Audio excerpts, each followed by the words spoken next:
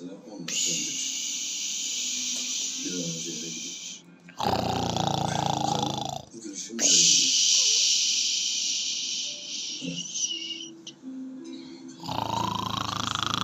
Test mi yapalım? Tamam o zaman. Biz bir sonraki haftaya kadar her hafta yapmadan bu egzersizin aynısını